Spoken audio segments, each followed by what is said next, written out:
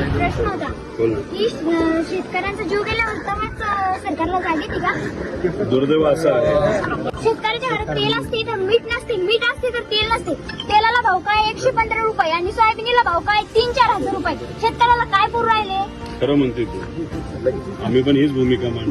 दादा माझा बापी शेतकरी आहे. वडील आलेत ते नाही वही आणायची असते दादा, तर पप्पा जर का म्हणलं माझ्या खिशात 10 रुपये नाही तर इतकं वाईट वाटतं.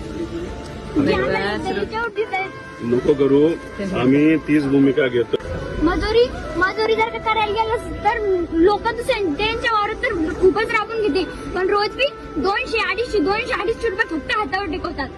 1500 रुपयात काय होणार आहे का महिना? 1500 रुपये नाही दिले चालते दादा, पण आमच्या मालांना भाव द्या.